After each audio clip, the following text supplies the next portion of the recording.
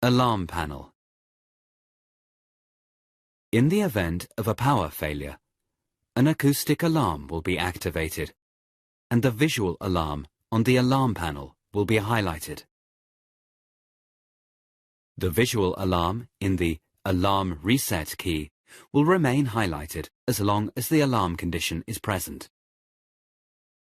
If not muted, the sound and light indication will remain until the ECDIS application is restored to normal operation.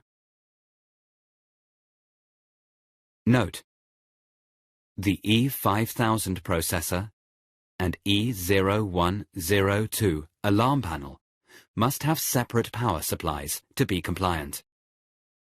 In addition, it distinguishes between external alerts, for example, wind source lost, and internal alerts, for example, crossing safety contour.